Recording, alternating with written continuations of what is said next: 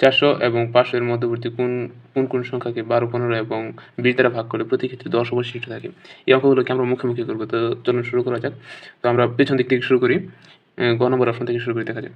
তাহলে এখানে যদি 10 অবশিষ্ট থাকে তাহলে প্রথমে 10 বাদ দিই। 430 থেকে 10 বাদ দিলে থাকে হচ্ছে 420। 420 কে যদি আমরা 12 দ্বারা ভাগ করি তাহলে হচ্ছে 35 আর 12 গুণ করলে হয়, অর্থাৎ 420 এর মধ্যে 35 বার যায় 12, ঠিক আছে? তাহলে এটা হচ্ছে গ্রহণযোগ্য হলো। এবার দেখি 15 দ্বারা যদি 20 কে আমরা ভাগ করি, অর্থাৎ এখানে 10 অবশিষ্ট থাকে এজন্য 10 বাদ দিয়েছি।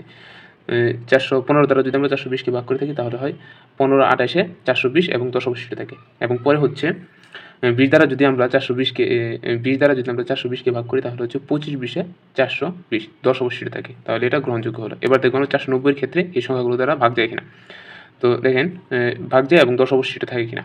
12 দ্বারা 490 আছে, 10 বাদ দিয়ে যদি আমরা 480 কে ভাগ করি তাহলে কত হয়? 480 কে 12 দ্বারা যদি ভাগ করি তাহলে 40, 12 হচ্ছে 480 এবং 10 অবশিষ্ট থাকে।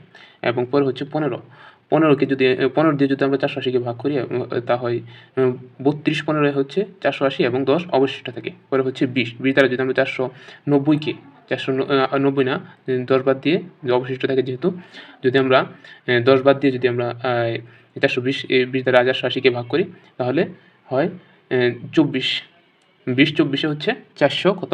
24 480 এবং 10 অবশিষ্ট থাকে। তাহলে আমাদের কাঙ্ক্ষিত আনসার হচ্ছে এই 430 এবং 490।